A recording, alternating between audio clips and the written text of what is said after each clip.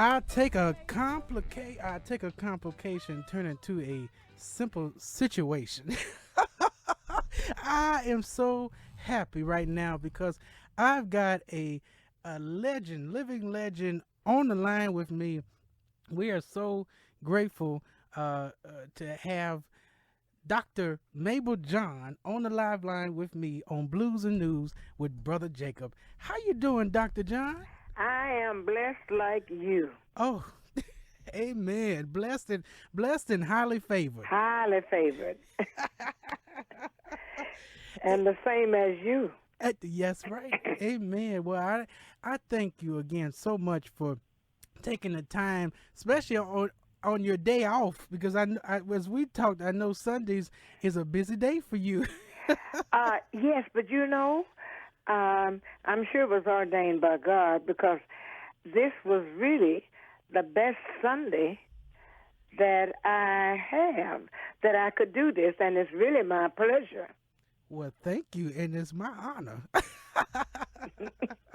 Well, Dr. John, for all my listeners out there, I'd like to start off and ask you a little bit about, could you share with us where you were born and raised, and a little bit of your upbringing and how you got started in singing? Oh, my. I was born in Louisiana. Okay. In a little place across the pond from Monroe, Louisiana, and the other side of the street, which was like a log pond, was called Bastrop. I was born in Bastrop, Louisiana. All right. And my parents, when I was 3 months old, moved from Louisiana into Cullendale, Arkansas, where the most of my siblings were born. And at the age of 12, we migrated to Detroit. And I spent my early adult life in Detroit, finished school in Detroit, and later on came to Chicago and left there and came to California, but have had the privilege of traveling all over the world, thank God. My goodness. And being so welcomed by everybody. I cannot ever have the testimony that I went someplace and was not received or that people treated me wrong. But I always said I didn't have any enemies and that God was my keeper. Excuse me if I cough. That's okay.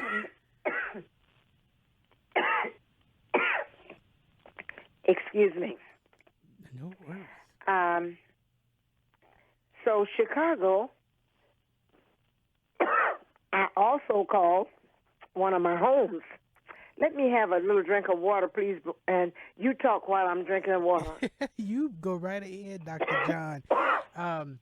Now, Dr. John, hopefully after she takes that sip of water, what I like to ask her about is her siblings. I believe she's one. Are you there? Yes, I'm still here. Now, you're the oldest out of 10 children? The oldest of 10. My goodness. And one of your siblings... And my brother, the late little Willie John, he's the 5th child. Right. That's what. And you were asking how we got started. We started in the church, praising God. Okay. And it was the first 5 of us in the family. And we had a group. I don't know why I'm coughing.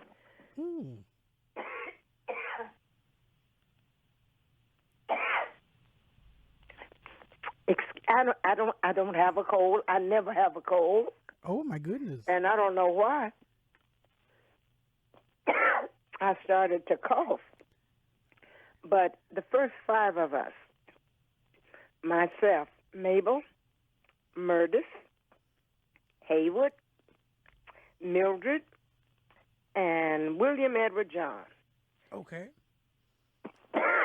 We were called, as children, the John family singers. Okay. Singing gospel music. And my father after a while, said, I don't want you all to be called the John Family Singers. Let's have the name of the United Five. Oh, okay. So since it was 5 of us, we were called the United Five. And we sang gospel with every known back in the day quartet singer that was coming through town. Ooh, like who were some of those folks that were coming through town? The Dixie Hummingbirds, Oh, the Soul Stirrers, yes. the Mighty Clouds of Joy, Oh, come on with it. all of those. Oh, my goodness. Would I have loved to have been a member of the United Five? Well, my mother and father taught us the songs. Okay. And then my father would have my mother pretend we were on a program, and she was the MC. So my father would show us how he wanted us to walk onto the platform and to sing, and my brother Willie sang tenor Okay. because he had the highest voice. Mm. And, of course, he was the youngest, and Willie was such a prankster, he would get everybody's attention. Oh, boy. And we grew up singing like that until Willie decided that he wanted to make a living singing. And, of course, we were in Detroit at that time. And there was a theater there called, what was the theater? I can't even remember the theater's name now. And they would have amateur shows. Big bands would come into town, Okay. like Dizzy Gillespie Ooh. and Count Basie. Oh, my goodness. All of at that time, there were big bands, 17-piece, and sometimes even larger. Oh, my And goodness. they would be at the Greystone Ballroom, one of the other ballrooms there.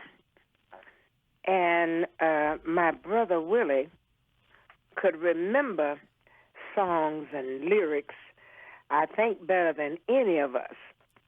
And that got his attention. And the young man that became the leader of the Four Tops, Levi Stubbs, Yes. lives across the street. His family did from us. Okay. And he and my brother Willie were close to the same age, and they were very good friends. And every Thursday, as those shows would close, they would start on a Friday and close the following Thursday. That Thursday night would be amateur night. So Levi Stubbs and my brother Willie John would get on the amateur show. And in getting on those shows, Mm-hmm. every week they got to the place. They were the ones that was winning first prize. Okay. So I guess it was the owners of the theaters that told him, you all cannot go on together anymore, and we can't let you on every week because nobody else will ever have a chance to get on. Now, Levi Stubbs' parents knew that he was coming to the ballroom and knew he was in the auditions, but my family didn't know that because we didn't sing nothing but gospel so far as my mother and father knew. Okay. So my mother and father were friends to Levi Stubbs' mother and father. And Mrs. Stubbs would come over to our home a lot of mornings, and my mother and father would have coffee. They would all have coffee together and talking about their children. Mm. And Mrs. Stubbs allowed it to come out of her mouth that, I know you all are as proud of your son as we are ours. And my father said, for what reason? I said, well, every week now when they go on the amateur shows, they're winning. all the first prizes. And my dad didn't know anything about it. My mother didn't either.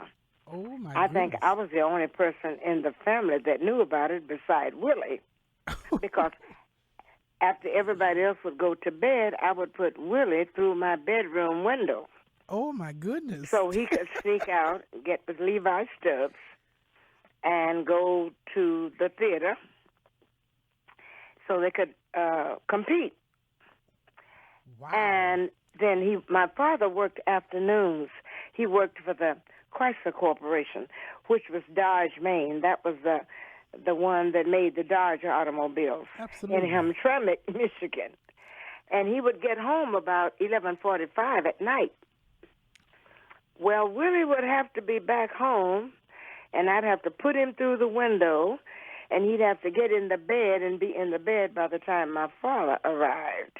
Because remember, nobody knew he was out of the house but he and I. Oh, my goodness. Well, when Mrs. Stubbs told this to my mother and father, my father knew that Willie had some help. So he called both of us into the kitchen and said, "What is this about you going singing every weekend? Nobody gave you permission." He said, "I don't want you to tell a lie. I just want you to tell me what you're doing because I already have all the facts." And we knew we had to tell the truth. And my brother told my father and mother that he really wanted to sing with those big bands. Well, my parents had never heard or seen those big bands sing and play in person. Mm. So Dizzy Gillespie and Lionel Hampton sent word to my mother and father that they wanted to come and have a meeting with them. Now, they each had a big band, but they were not in town at the same time. So my mother decided she would prepare a big dinner, and my father would invite these two band leaders whenever they were back in town to come so they could meet them. Okay. Only for a meeting. So when Dizzy Gillespie came, he sat and he had dinner with us, and he told my parents that Willie was very talented and he really could make a living in show business. My father said, "Number one, my children have to get an education. Number two, we have a family group, and it's my whole family. So this won't be possible." So Dizzy Gillespie left, and we didn't see him anymore for a few months. When Lionel Hampton came to town, Lionel Hampton came to the house for dinner. Okay. And he told my father and mother the same thing. So my father told them that we would have to have a family meeting because I really don't want my children to break up their group. Right. And he left, but they always stayed in contact with my parents. My father said, "The one thing all of you must do is get an education. Then whatever it is you want to do in life, you're on your own, you can do it." Well, we knew that we were not going to get a yes answer from my dad, and then my mother was not going to go against him. My brother had no way of getting in and out to do these things unless I helped him. So I said to Willie, and months passed, and I said to him, because his name is William Edward John, he took on the name of Little Willie John for show business because he was so tiny, so short, and had such a big voice. So I said to Willie, "If this is what you really want to do, I'm for you, and I'll help in every way I can. I don't know what I can do." I said, "But as soon as I get out of school, I'm going to get my own apartment, and you can spend the nights with me that you want to go to the theater, and then it won't upset my mother and father. So before that happened, a man named Joe Williams, Count Basie, came to town. And they came and met my parents. And, of course, when Mr. Basie and some of the other men in the band talked to my father, they said, there's a lot of money that can be made when you have this much talent. So we can't tell you what to do. But if you don't allow him to do what he's gifted to do, one day you might be sorry, and it might destroy you all's relationship. So then my father decided, well, if this is what he wants to do, when he go to do another amateur show, we'll just all go and we'll watch and see what he's doing. So we went as their guests, and we watched the show. And my father and mother were astounded to see the kind of showmanship that my brother Willie had. And my sister, that also sang in our group together, she was working after school for a lady that owned a lot of theaters in Detroit. And there was a man that she was friends with, and his name was Harry Balk. So he came to visit and meet my parents to tell my parents that they would teach us the business of show business. And wherever Willie wanted to sing, he would be in charge of him, but the family could be there to see after him. Because, of course, Willie was so young, and he was so small. Oh, my goodness. So that got rid of our singing group, and we all decided, well, if this is what Willie's going to do, we're going to support him. Because my father had always told us the family should stick together. Well, it was years. My brother Willie had been in show business for years before I decided to go into show business. I was the state minister of music of the state of Michigan for our church, and we had 7 churches in that state. And once per month, I made a visit to all of those churches because I was state minister of music of those of that state. Okay. And then a young man that I was dating said to me, "You're doing all of that, and you're doing it for free. Why don't you sing and make some money?" And I said to him, "Nobody's going to pay me for what I do." He said, "Oh, yeah, they'll pay you. You just don't know that you can get paid." Well, when I was in high school and I wanted a job in high school after school, the person that my father and mother allowed me to work after school with was Miss Bertha Gordy, who was the mother to Berry Gordy. Oh, my goodness. Now, the Gordys were not in music. Mrs. Gordy was running an insurance company, and so she taught me all the clerical stuff that I needed to know after school and during the summer. Wow. And she sold insurance, and she taught me how to sell. And she kept telling my mother and father that she had as many children as my mother and father. But one day she had one son that was really going to be big in music. So my father said, "I have one son that thinks he is too." And they paid They talked about it, but they paid it no attention, really. Oh, my goodness. And finally, Wow. a band leader came into town, and Willie had met him on some of those amateur shows. And he was just singing locally, my brother was, over the city. And my brother decided that he wanted to get a record deal. He wanted to record. Okay. By then, I'm not living at home. I have my own apartment. And he said that to me. I said, how in the world are you going to ever do it? He said, well, when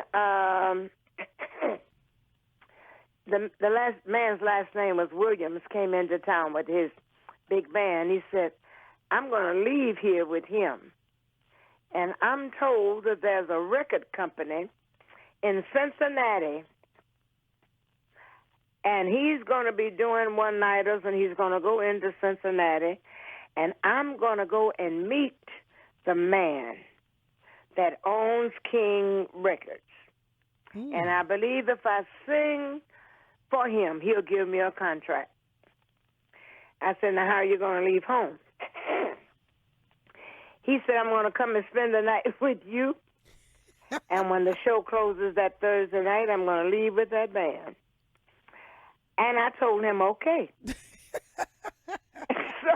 we had a lot of nerve. Right. So, but I never really desired show business for myself. I was fine with Willie doing it, and everybody in the family, all of the children, the brothers and sisters, we were fine with him doing it. So Willie came to spend the night with me, and when the show was over that Thursday night, he said, now, I won't be back. I'm leaving on a bus, and I'll be with the band and the band leader and Little Esther. Wow. Little Esther Phillips traveled with that band. Yes. Oh, my goodness. And when they got to Cincinnati, Willie didn't know Sid Nathan, who was the owner of King Records. He didn't know him any better than he know you. So he didn't know him at all.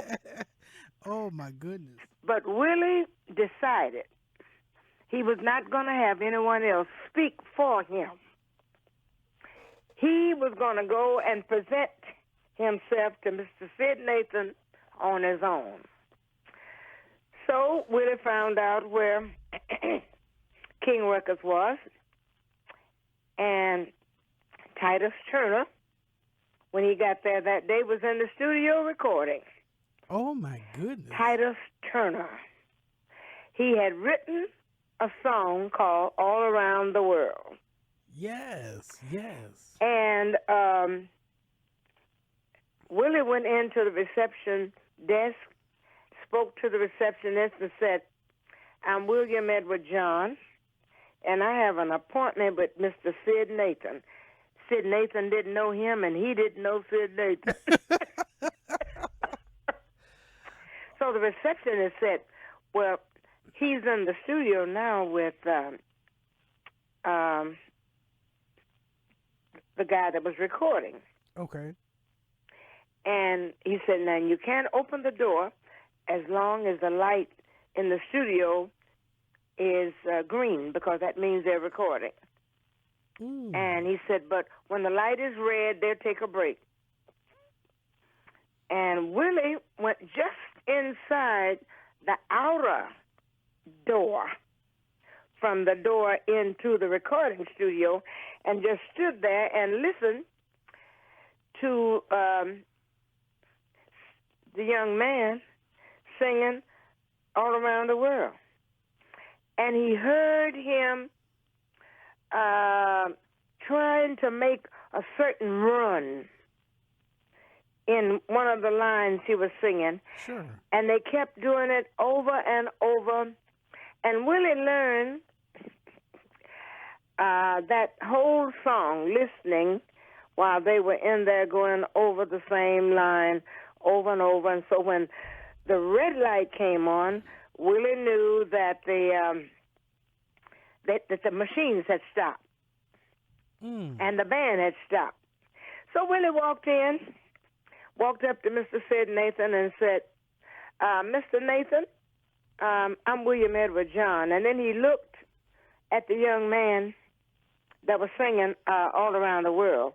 And he sang that line of that song to that man. Oh, my and goodness. And said, is this the kind of run you're trying to make right there? And, of course, the man was the writer of the song. He knew nobody had heard it. He said, you know my song? He said, I was listening right outside the door before I came in. He said, and I know where you were trying to go. This young man turned around and told Sid Nathan, let him record this song. He can sing it better than I can. Ooh, oh my And goodness. that was Willie's contract to Sid Nathan and King Records without ever being formally introduced or anything. Oh my goodness. Willie told me that he prayed every day and every night that nobody would say no to him whatever he got ready to do, because singing was what he wanted to do. So that was the first answer to the first prayer. The next one was when he left my home, he said, Mabel, I love you. I won't be back until I have a record deal. So I said, okay. After he was finished with that recording, Sid Nathan gave him a contract. He said, I'll have to let my parents see it, because Willie was not grown. Okay. He wasn't 18 years old. Oh, my goodness. So he didn't have the right to sign without a legal guardian or a parent. He called me on the phone and he said, I have the contract. I said, you're kidding. He said, no, I have it with King Records. He said, Sid Nathan offered me the contract because I listened to a man that had written a song, and I was able to do a run that the man couldn't do, and he wanted me to do his song. So I said, okay, when are you coming home? He said, I'll be home. They told me that they would give me the dub. At that time, everybody was recording at the same time. All the musicians, and they were making acetate dubs, what we call dubs. Mm-hmm. And he said, I have to take this back to my mother and father and the contract. And then my manager will show us what to do about the contract, but I want to be with your company. And they put him on a plane. He left home on a bus. Oh, my goodness. But Sid Nathan put him on a plane. He called me and told me to meet him at the airport. He got off the plane. At that time, you didn't get off on the inside of the airport. You got off on the runway and you walked into the airport. Oh, my goodness. And I was standing there, and he had the dub was the size of an LP. He had it in his hand. He said, I told you I wouldn't be back till I got a contract. I said, now what are you going to do? He said, I'm going home, so take me. I wanted to hand it to Daddy. I want to let him hear it and see it, because he was singing he recorded it with a big band. They had never seen anybody, because Willie was considered a child. He was about 17. Mm-hmm. Wow. And my father went out and had to buy a Victrola, because we didn't even have anything to play it on. Oh, my goodness. Well, I continued. After that time, my father said, if this is what you want to do, if you're going on the road, then I will quit my job and I'll travel with you until you are of age. And that's what my father did. And my brother said to him, and I will pay you an ample salary like any other road manager would get. so you will have the same money at home to take care of Mother Dear. We call our mother Mother Dear. Absolutely. So she can do everything she needs to do while we're on the road. And they made that kind of deal. And my father went on the road with my brother Willie. Now, a few years passed, and a boyfriend of mine said to me, "You doing all of this singing and teaching other people voices? You're going from choir to choir? You could be making some money." Well, he was a barber, and I don't know how old you are. Are you 25? I'm 24. I'm just shy of 25. You're 24. Okay. Then it was over before you got here. All the men, African-American men, they let their hair grow long enough for them to have, they got their hair processed. Oh, yes, processed hair, yes. I know you've seen all of that. Yep. If it's nothing but in photographs. Right. So I was dating this guy, and Barry Gordy was one of my boyfriend's clients. I walked in because I was driving my boyfriend's car. Okay. I walked in because I was going to pick him up. And Barry was sitting. Now, there was no Motown at that time. Right. Barry was sitting in his barber chair. And my boyfriend said to me, "I want you to meet this man sitting here. He's my client. He's my real good client, and he's a songwriter. And I want him to teach you how to sing songs that you can make some money with, and let him show you how to make money in the business." So from that, Barry became my coach, my vocal coach. I didn't know that the lady that I knew, his mother, was his mother. I didn't know he was her son. I did not make the connection at all. So you just had Gordy's teaching you all from the beginning of your life with his mother and then Barry. So when Barry started coaching me, he was still living with his mother and father. Okay. He was a grown man working at Ford's motor car company, and he was writing songs, shopping them sometime to Jackie Wilson. Okay. And I would go to Barry's house every day, and we would rehearse all day long. And he would be teaching me songs. He was writing the songs he was teaching me. And his sisters told me one day, "All you're going to ever be is a little sanctified blues singer." I said, "That's all right, because I'm sanctified, and if what I'm singing is the blues, fine. That's good for me. That's fine." Oh my goodness! And they said everything that I sang sounded like I was singing the blues. If I was singing gospel, said it all sounded like gospel. I said, "Fine. That's what I've been singing all my life." Wow. But Barry wrote a lot of the songs that I was singing. And as time went on, I was leaving Barry's mother's house with Barry, and his mother happened to be coming in. And the three of us met right at the door. And she said, "Hello, Barry." And he said, "Hello, Mom." And I said, "Hello, Mrs. Gordy." I said, "Mrs. Gordy, is this your son?" And she said to me, "Mable, you know my son?" I said, "Yes, he's my coach." Oh, she said, "I've been telling your parents about him for years." And Barry said, "How did you meet my mother?" I said, "When I was in high school, she gave me the first job I ever had." Oh my goodness! That was the beginning of my show business career. Wow. And after I had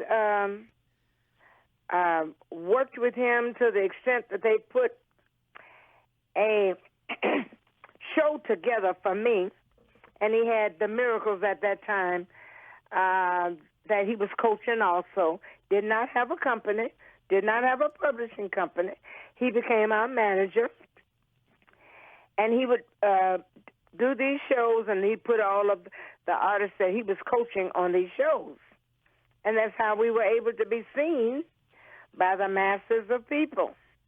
And it just mushroomed as an act of God from that time, because it was Smokey Robinson and I that said to Berry Gordy in New York at Rockland Palace. He was there to get a gold record from BMI for one of Jackie Wilson's songs that he had written, and he didn't have a record company at that time. When he recorded us, he would come to New York and go from record company to record company, taking the masters that he had cut on us to put us with other record companies. And he sat that night at that banquet and told Smokey and I don't know what I'm going to do, because I have not been able to place you in Mabel's masters. And Smokey Robinson and I looked at each other and looked at Berry Gordy, and Berry was sitting between us. And we said, without even a conversation or a thought, you ought to start your own company. And then I continued to talk. And I said, and I'll stay with you forever. Then Berry turned and looked at me and said, don't ever promise anyone that you will stay with them forever. He said, now, we will forever be friends. We will always be family. But what if I can't do for you what you are looking for? But here's someone over here that has it, and you have access to it. He said, we can remain friends, but you still need to go after whatever's in your heart that I couldn't give you. That was the end of that conversation. We never had that conversation again. Later on, Berry started first a music company, Joe Bett.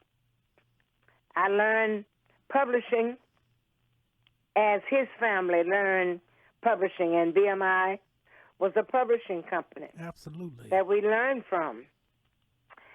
Then he started Tamla Records. That was the first label. Right. And he put me on Tamla and released the first song that he wrote and released on me was written by Berry Gordy and was called Who Wouldn't Love a Man Like That? And the little kid that became the big rich kid with the radio station, Stevie Wonder, was a little boy running up and down the stairs there. He was there to get for Berry Gordy to produce him or put him on the label. And he would sing in my ear coming up the stairs. Okay. Who wouldn't love a man like that? But he was singing it to a different beat than the one that I recorded it to. So he told Berry, he said, Mr. Gordy, I hear Mable John singing that song a different way. Let me take her in the studio and let me produce it the way I'm hearing it. And we don't know what came over Berry Gordy, because he never said yes to people that easy. He told him he could do it. So I have two versions of that same song. I have the Berry Gordy version and the Stevie Wonder version. Oh, my goodness. They were both released at the same time, because Berry wanted to see which version would outsell the other. And the Stevie Wonder version, all over the world today, outsells the first version. And we just laugh about it, because sometimes I'm in Europe and people will say, sing Who Wouldn't Love a Man Like That? I say, which version do you want? It's Stevie Wonder. And we'll sing it, and the whole audience know all the lyrics. Wow. I stayed with Berry until the company started to really take in root, and it seemed to me that I was not going to fit in with the direction that the company was going. Sure. So I simply said to Berry 3 years or so after that, I said, Berry, I would like to have a release from Tamla, and I want to go to a company that, that whole thing is in the kind of vein that I sing in. And Barry said to me, have you already talked to them? I said, no. Have you decided where you want to go? I said, no. I said, but I just feel I'm going to get lost here because you're getting away from the kind of music that I do. Absolutely. We never had an argument. Wow. We never had a suit. We never lost friendship. Wow. I got a release from the Motown Corporation, which was Tamla, and moved from Detroit to Chicago. Okay. And I met a man named Lucky Cordell. Oh, yes, one of the good guys over there at WVOE. But before then, he was in Gary, Indiana. Okay. But being a disc jockey, he already had my Motown, Who Wouldn't Love a Man Like That. And it was something about that sound that he said stuck with him, and he promoted it. Wow. And then he signed a contract with Leonard Chess to come from Gary into Chicago. He continued to live in Gary a long time after that time because we had a chance while he was living in Gary to meet the Jacksons when they were little children. And we went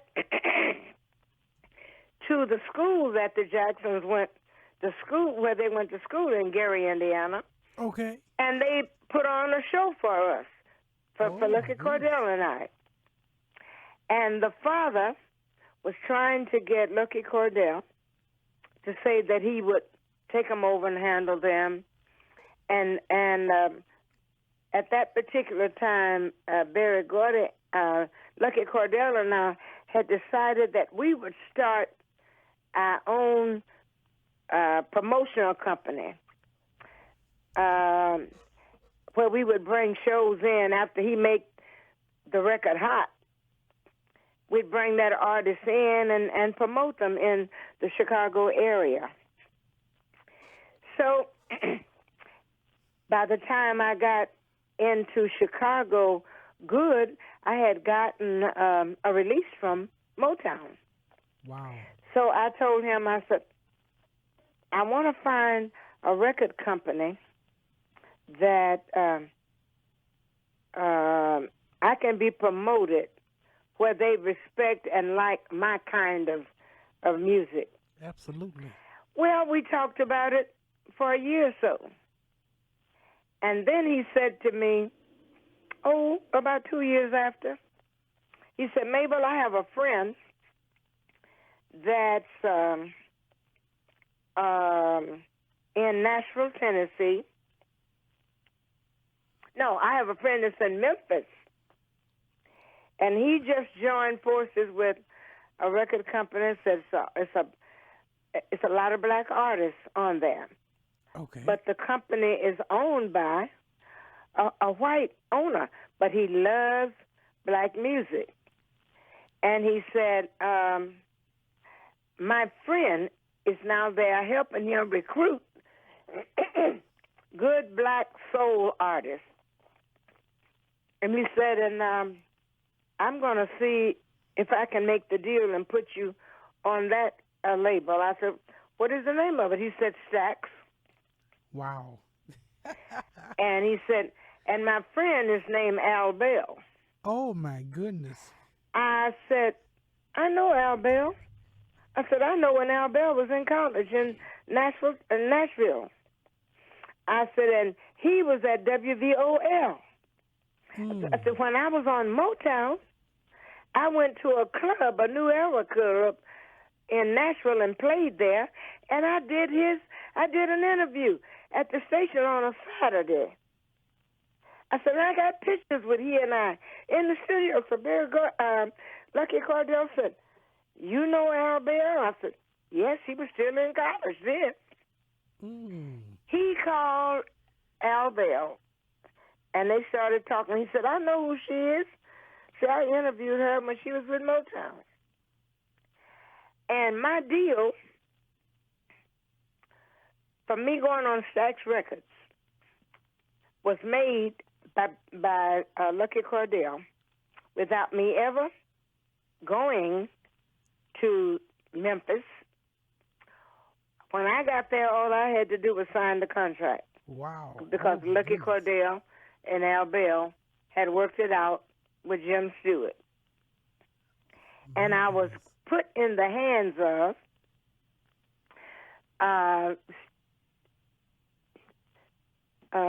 David Porter and Isaac Hayes. Oh, my goodness. And so when people ask me about my career, I say, my career was ordered by God. Yeah, absolutely. You just dropped so many names. And wait, I went there, and because of how I got there, everybody at Stax thought that I had all the connections, and they didn't need to do anything because, number one, when the Black Disc Jockey organization was put together, it was Berry Gordy and I that would entertain them when they'd be holding their meetings in Detroit, because me and Berry Gordy would furnish them with all of their food and sandwiches and drinks that they were going to have, because Berry knew he was going to be starting his own record company, but Berry knew he had a lot of artists, and he needed all the black disc jockeys so that our music would get played. Absolutely. So I already had an eye view and a handshake view with a lot of the black disc jockeys all over the United States of America. Wow. And my brother, the late little Willie John, was already hot. Right. So my goodness. all of my experience has been one of, by God, let God do it. Or by George, let God do it. Absolutely. Because I have never had an audition. When you were talking to me about Honey Dripper, I didn't audition for that film. Everything, I didn't audition for Ray Charles. Oh, my goodness. I didn't audition for Stax. Wow. My boyfriend introduced me to Berry Gordy. Oh, my goodness. I believe that when you put God first, He'll open doors for you that no man can close. That's right. I have done, to date, 4 films. I've been in 4 films. Oh, my goodness. I have written 3 books. I'm looking for a publisher now so I can write my own memoirs. Oh. Because it's a story, basically, like, it's unbelievable to people that had to struggle to do all the things that God allowed me to do. That's why I can't take credit for it. Absolutely. I wouldn't dare do that. Absolutely. Do you know who my first big professional show was with? Who was it with? I opened for Billie Holiday. Oh, my goodness. Now, I was shaking in my boots because that was my first professional show opening for someone that's a legend. Right, absolutely. But it wasn't something I auditioned for. I would have never, at that time, had the nerve to say to Berry Gordy, put me on the show at the Flame Show Ballet. I want to open for Della Reese, Billie Holiday.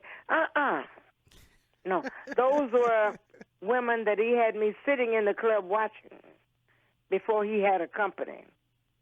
So I could look at them and then give him a play-by-play description of each one of them as I could see them. And which one would I emulate if I had to emulate any one of them? And I did that for weeks.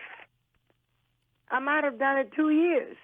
Oh, my goodness. And then had the opportunity 2 or 3 weeks before Billie Holiday passed.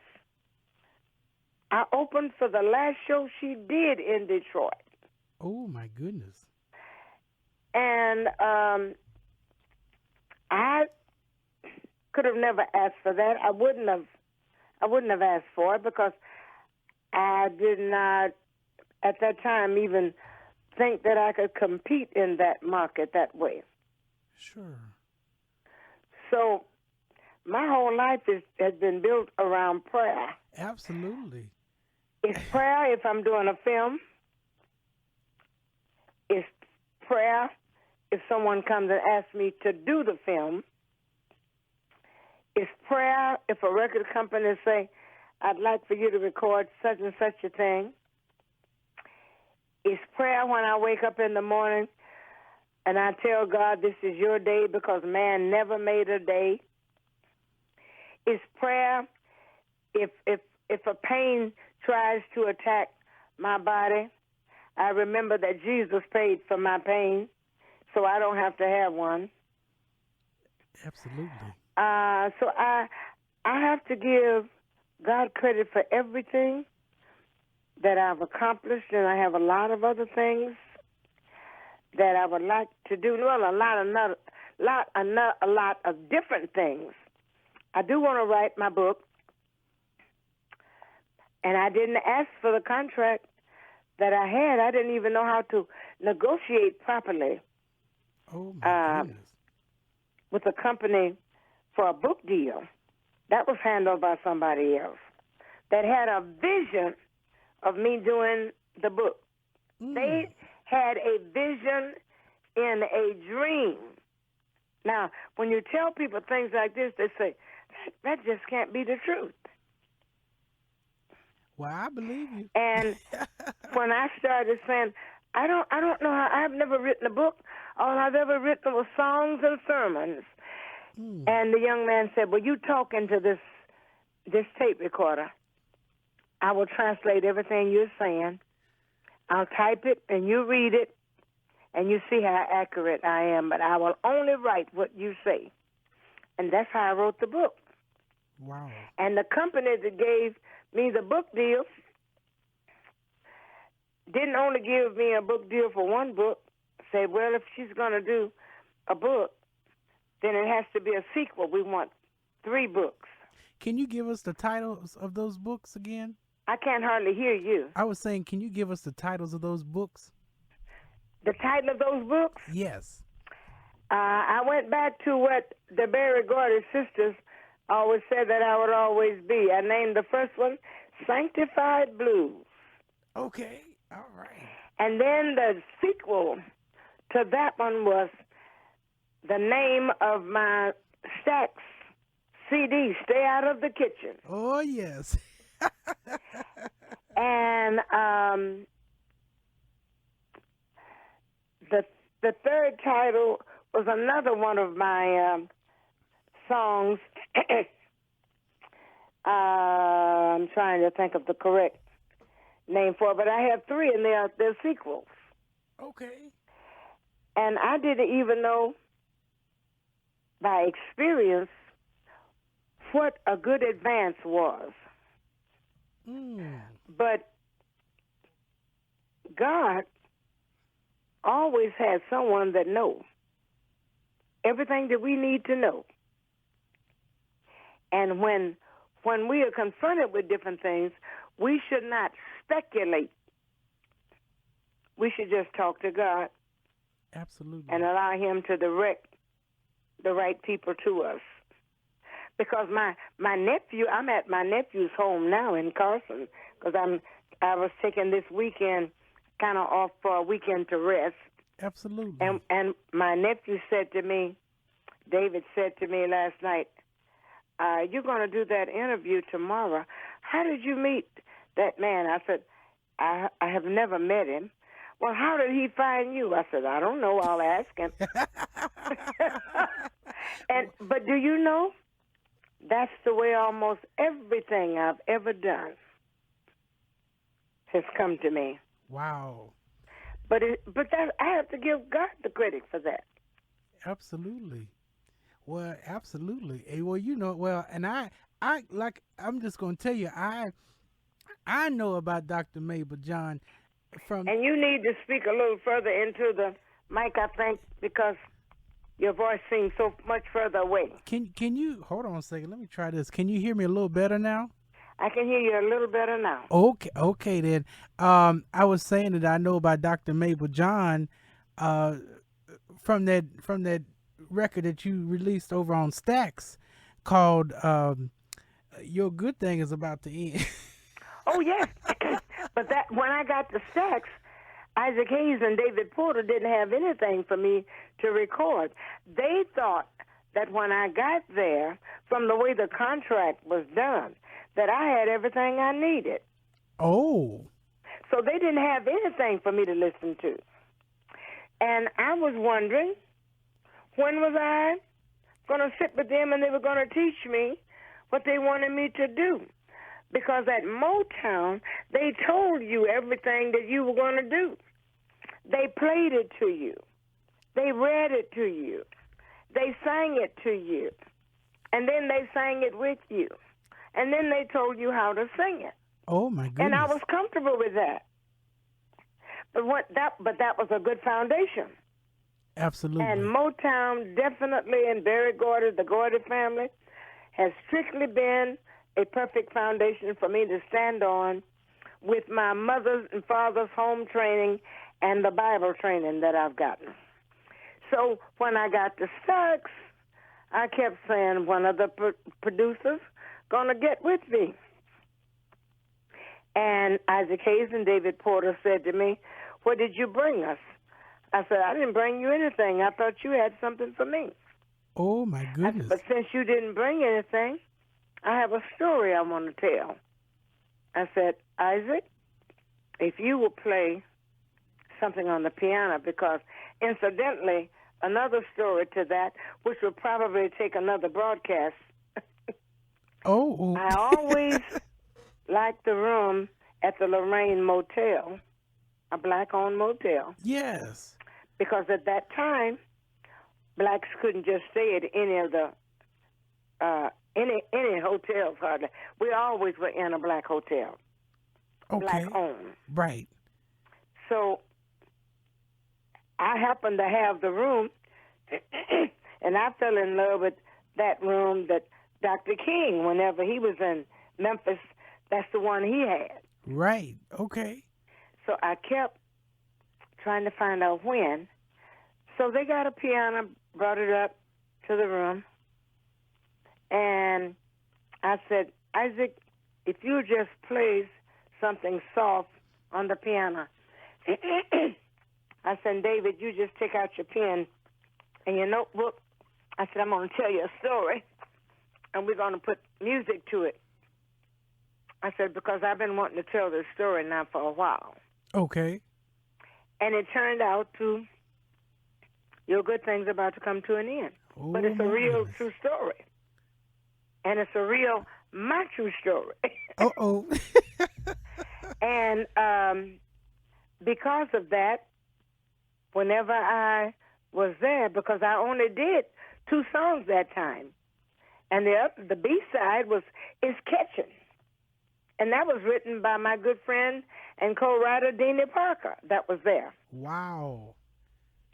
But so every time that I would come back to Memphis, I would always request that room at the Lorraine Motel. So I was in there a day longer than I was supposed to be, only because Otis Redding used one of my days. So Dr. King was coming in behind me because he was there. There was a big strike or something going on in the city. Uh-huh. And the people that owned the Lorraine Motel asked me, since I was going to stay over a day later, they said, Martin is coming in tomorrow, and you're leaving tomorrow. See, I was supposed to be leaving today, but I didn't get finished. Sure. Do you mind taking another room down the hall? Because you and he always like this same room. I said, not a problem. I said, why don't I move tonight? And I'll already have my things in the other room. So I was on the same second floor landing level where he was, just down the hall. And I said, when I go to Stacks in the morning, I'm taking my luggage with me, and I'm going on to the airport and go back to Chicago. So they said, okay, you don't mind? I said, oh, no, not at all. And seeing my brother and I would see Dr. King up and down the road. He's coming in, we're leaving, and we're leaving and he's coming, or vice versa. Okay. So I said that'll give me a good chance to say hello and goodbye. That was the day, by the time I got off the plane in Chicago, everybody in the plane was in an uproar, said Dr. King has been shot. Oh, Dr. King is dead. I told the girl that was traveling with me, I said, these people ought to quit. I just left Dr. King. Oh, my I spoke to him, talked to him, said goodbye to him. I'm probably the last lay person that was not security or people in his own traveling company.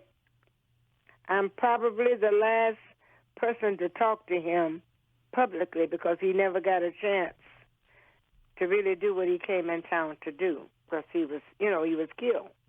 Oh, my so, goodness. God knows how to get you in and get you out. Yes, he does. But we have to trust him and allow him to do it. That's right. Oh, my goodness.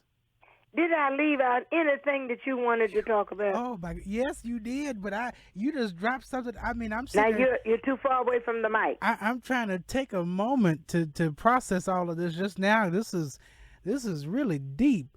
There is something I did want to talk to you about that we haven't really talked about, but you used to work as a Raelette with Ray Charles. Oh, yes. What was it like working with Ray Charles? That's what I want to know. I had worked on shows that Ray was on when I was traveling. I traveled 2 years with my brother Willie, and I had wasn't my desire and wasn't my plan, his or mine, that we traveled together. And Etta James was the reason that I did that, because Etta and I would do one-nighters together. Okay. And she would open for my brother. Oh. So the last place that we worked together, she called Willie on the phone and said, I'm not opening for you anymore. Your sister and I, we're having such a ball, but you have to have her. She need to open for you. So he said, she never said she wanted to work with me.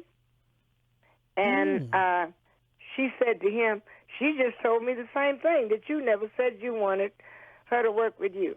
So she just handed me the phone. We were in Minneapolis, Minnesota. And he said to me, do you want to travel with me? I said, it's all right with me. Do you want me to travel with you? Oh, my goodness. And he said, good, I'll be in Port Arthur, Texas in a week. I said, well, I have another week here. Then I'm going back to Chicago. He said, okay, when you get home, call me and I'll fly you to Port Arthur, Texas, and we'll start there. So everything I've done have basically happened that way. So getting back over to Stax. Right. And Ray Charles. Yes. Ray Charles, distributor at the time that I went to work with him was Atlantic Records. He was recording. He had his own recording company, Tangerine. But Atlantic was doing his distribution. Okay. Well, Stax was a new company, and Atlantic was doing Stax distribution. So Ray already did all the time, was listen to people sing and listen to music, and because that was his life. Absolutely. And I had worked on shows that he was on, but I was working with a part of my brother's package, not Ray Charles' package. Sure. So Ray Charles called me one day and asked me while I was at Stax,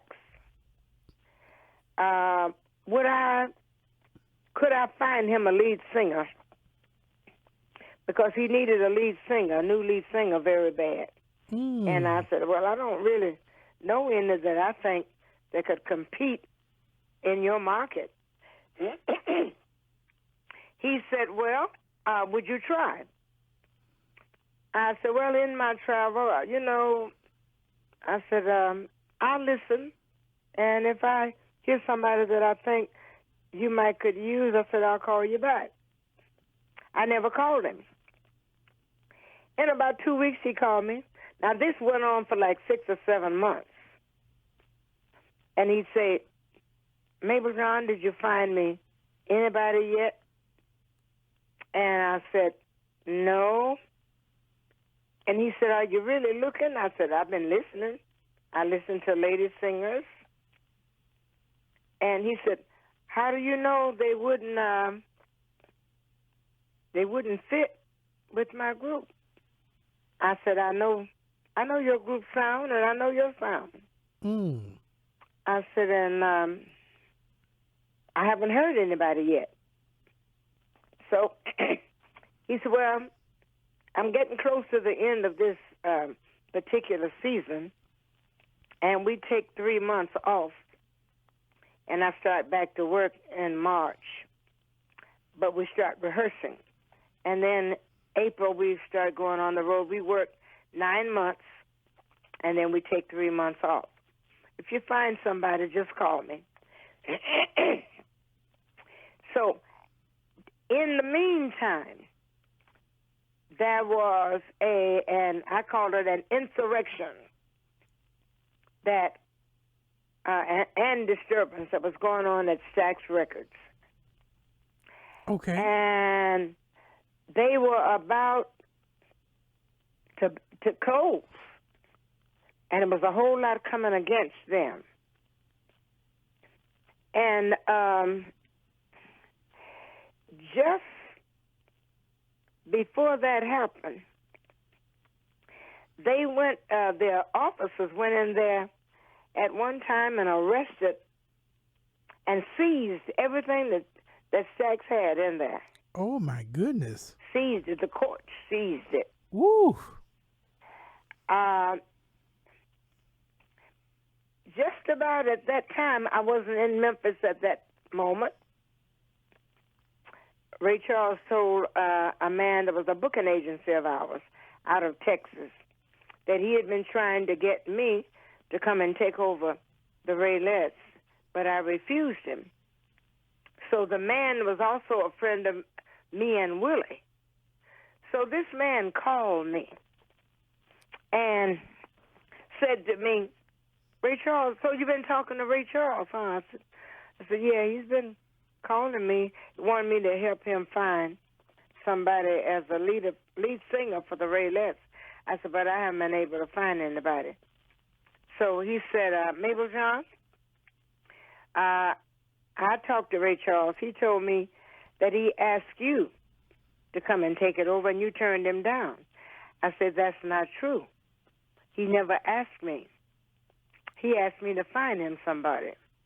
I said, to me, that was an assignment to look for somebody. Right. It was not an invitation to come and start something. Absolutely. So he said, Mabel, I want to tell you something. You have traveled all over the United States. You have made nice money, but it's time for you to make good money. Oh. Real money. You worked every, he'd say, juke joint. You've done all the summer festivals. He said, Ray Charles have already done all that too. And Ray Charles works now all over the world. If you traveled with him, it would take you to a whole nother level. So you would play the people you'd never have the opportunity. If you just play the black circuits all the time, you'd never play in those places.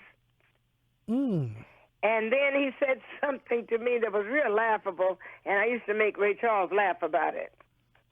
He said, now, Ray Charles is a businessman, but you a businesswoman. And he said, now he's cheap, but he's a businessman and he's honest. And all you have to do is negotiate with him. And if he wants you, and you will negotiate with him,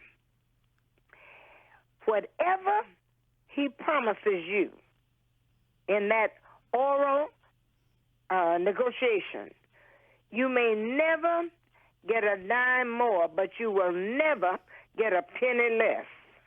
Wow. Say, and he keeps his word.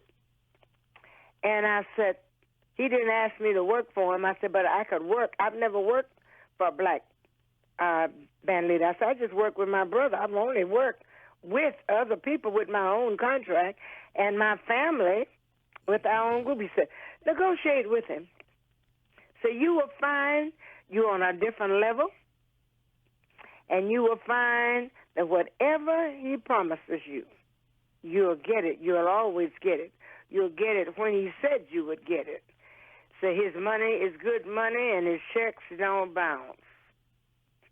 Wow. So I said, okay. I said, but he haven't asked me.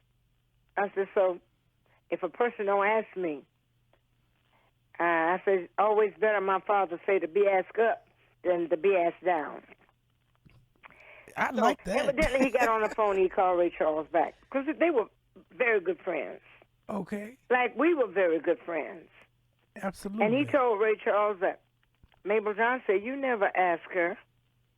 He said, well, I thought when I told her I was looking for somebody and asked her to look, and she said she couldn't find anybody, he said, I thought she would just say, I'll do it if you want me to.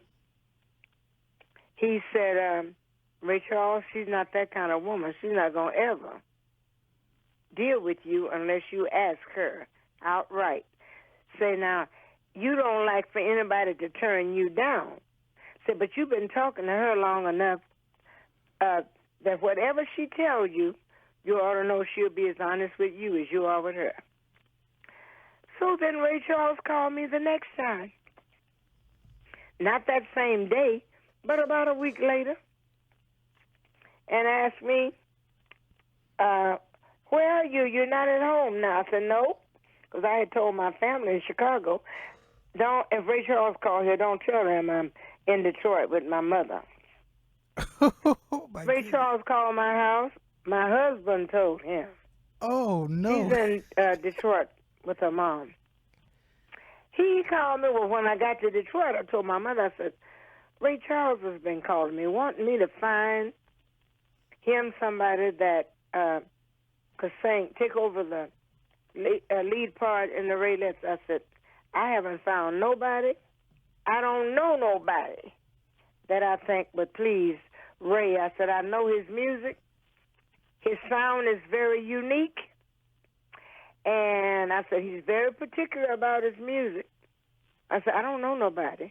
I said, so now, I told my family, don't tell him. I told the kids, don't tell him that I was here.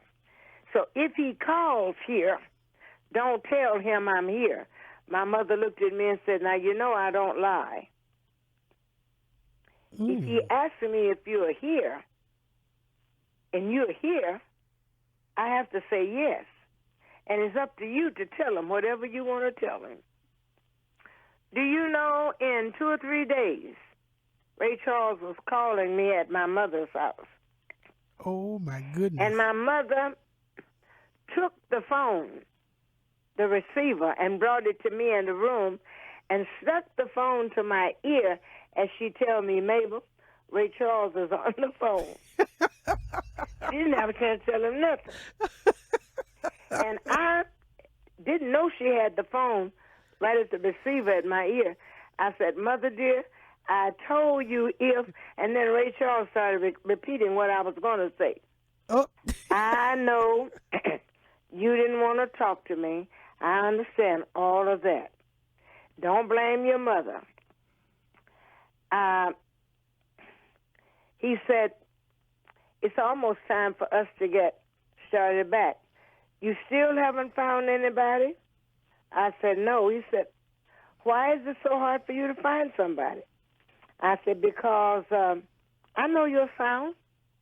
I said, I've been listening to you for years. I said, everybody can't, that's not everybody's sound.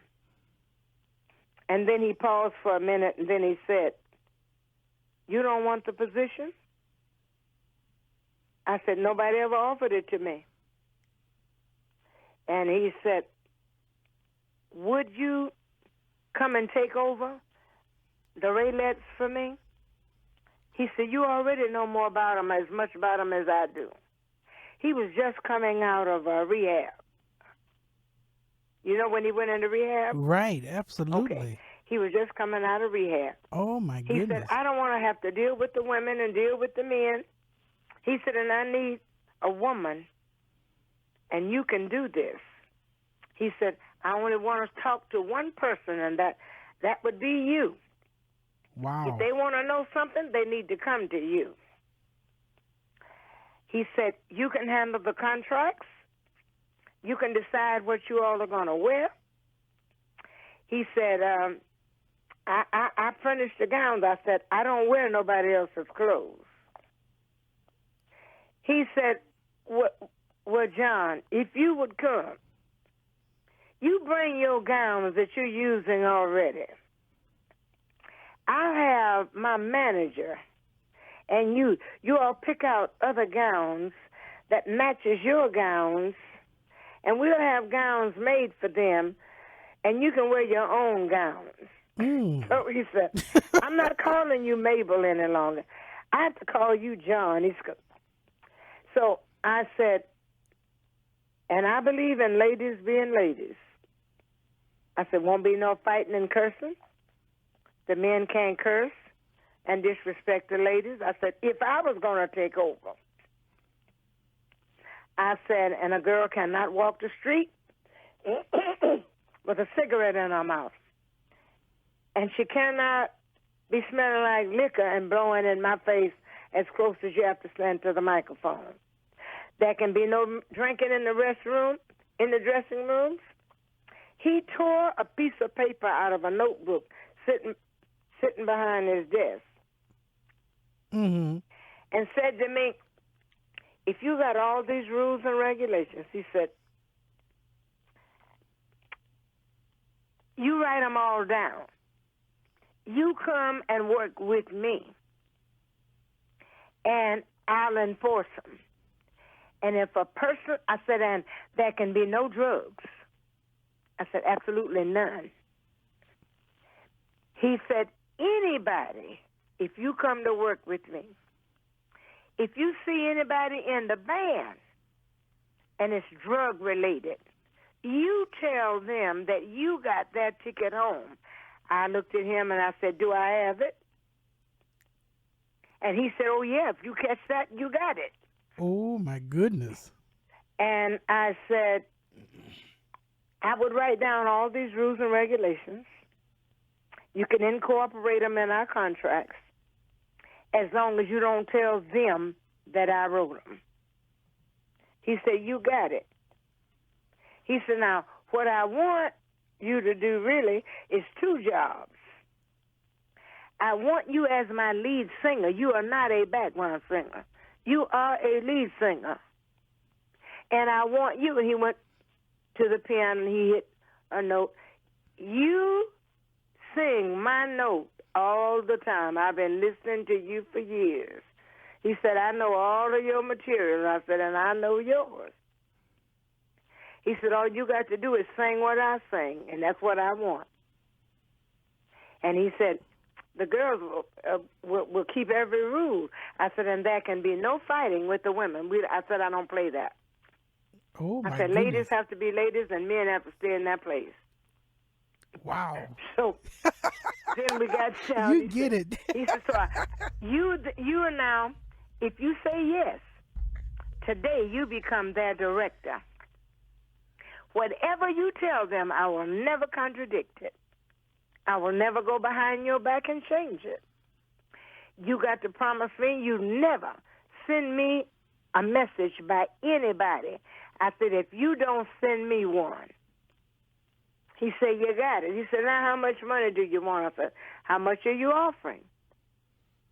So then he started telling me, I'll pay you so and so for as the lead singer. And then I'll pay you such and such because you're taking care of all the business and you're the leader for the Raelettes. And I said, okay. I said, I'll travel with you for 1 year. That's 9 months. Mm-hmm. And see if I happen to see anybody in the 9 months that I haven't seen till I find you somebody to do it. I said, at the end of the 9 months, I can go on back and do all of my single acts stuff that I do. I said, because there's one thing I will not do. I will never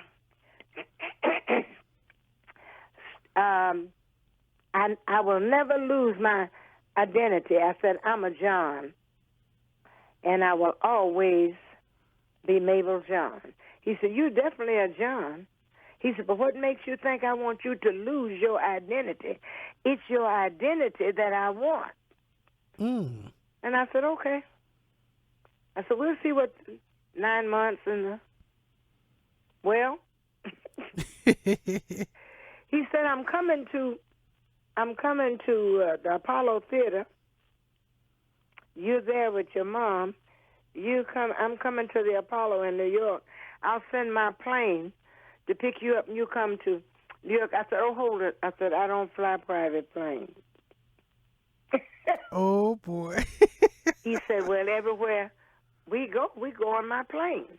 He said, why you don't fly private planes? I said, because most people with private planes is doing everything they want to do on them because they're private and they think they can get away with it, and they don't be obeying the rules, the aeronautics rules and laws.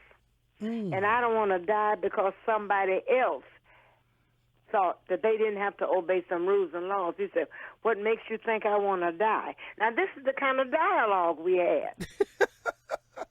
At that time, there was an airline called Eastern Airlines. Do you remember Eastern? No, I don't. They might have been out of business.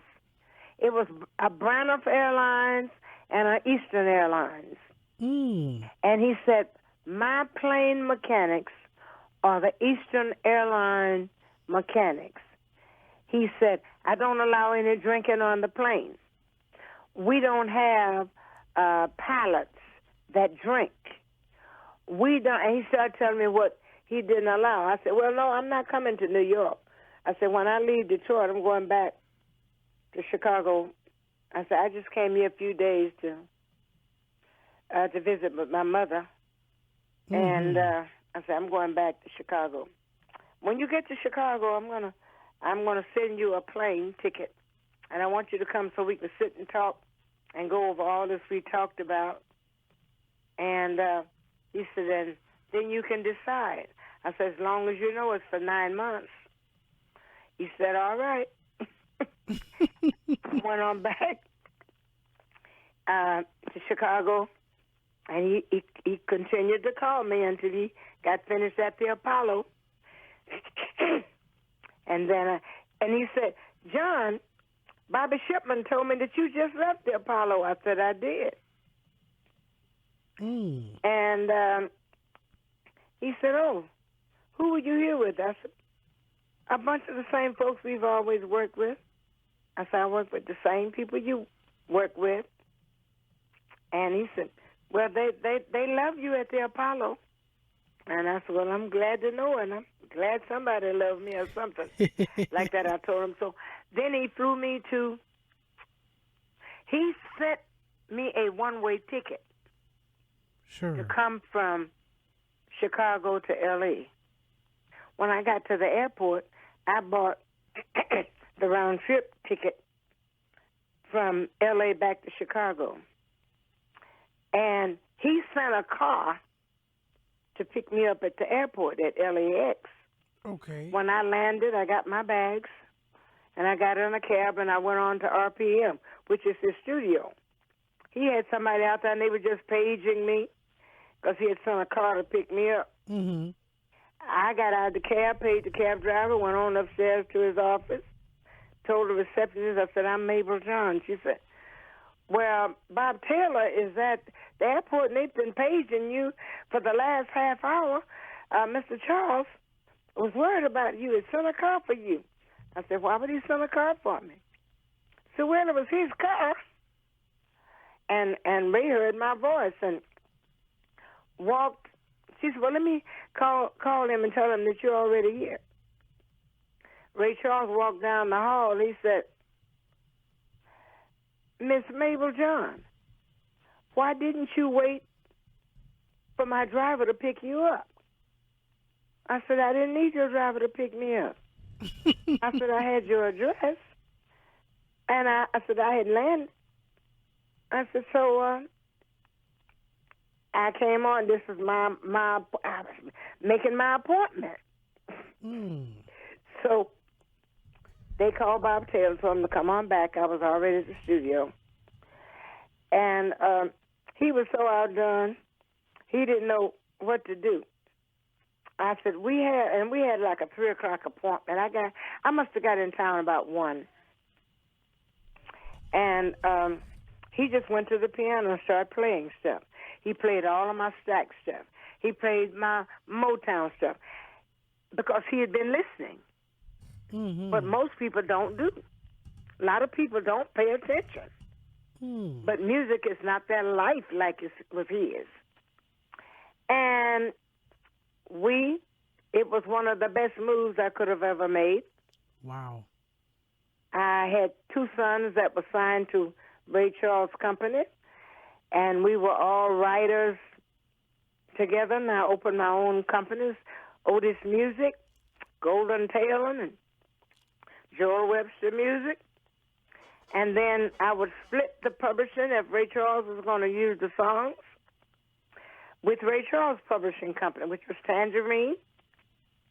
And to this date, 2017, I share 52 songs publishing with Ray Charles Company, and me and my sons are the writers.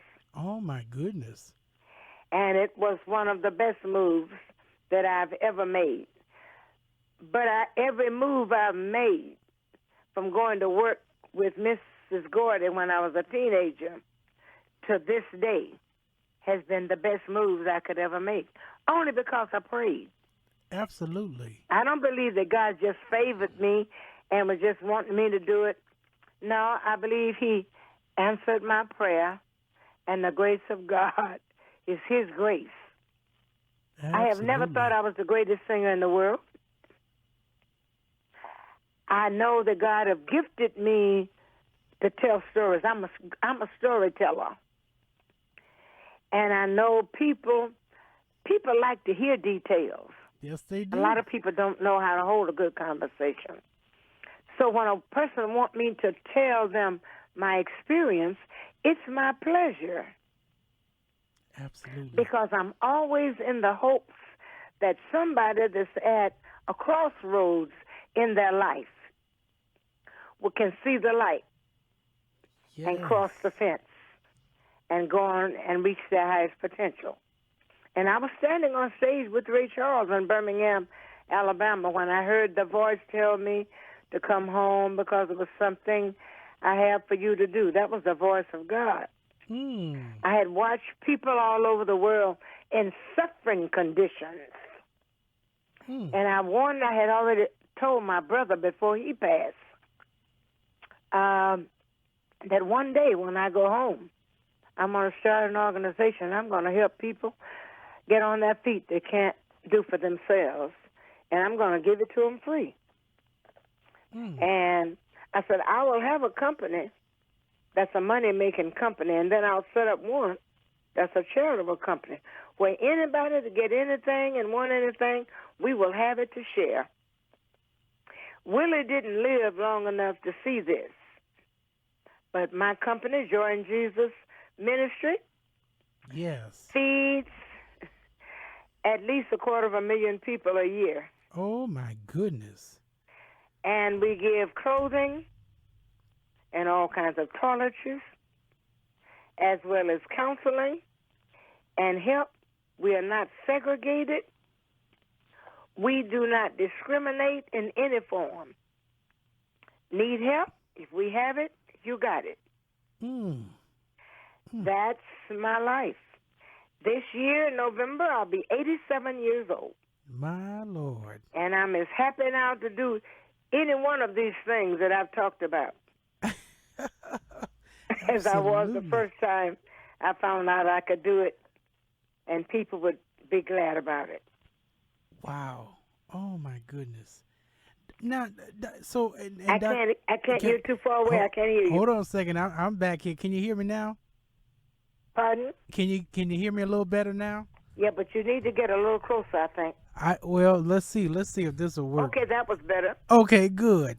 I want to first let me remind everyone that you're listening to Blues and News with Brother Jacob, and I just want to say I've been sitting here talking with Dr. Mable John for the over past hour and a half, and my goodness, I'm sitting here right now just soaking in all these stories and from her experience on the road and in the music business, and this has just been a privilege for me, Dr. John. I want to say that, and also I admire the work that you're doing now over in Los Angeles, and the experiences that you've had, and the advice that you're able to give to us. It's inspiring. I really enjoy hearing your story.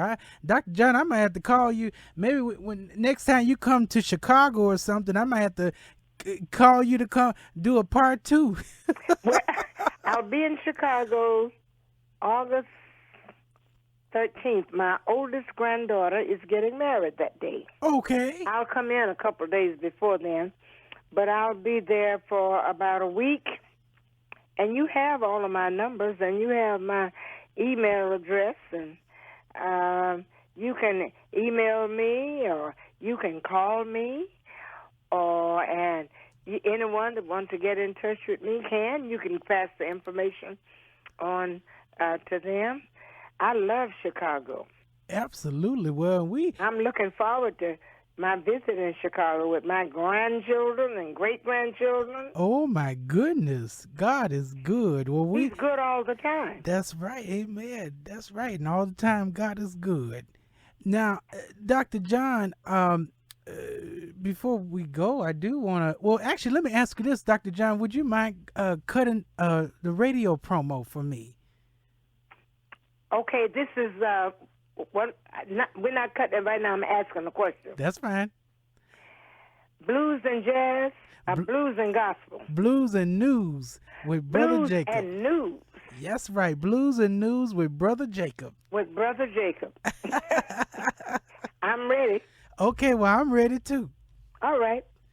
Ladies and gentlemen, you're listening to Blues and News with Brother Jacob. And oh, what a pleasure. Brother Jacob. I like it. Can you, Dr. John, can you do one more and tell them who you are again so I can put that in the promo? I got to come to Chicago and slap your face.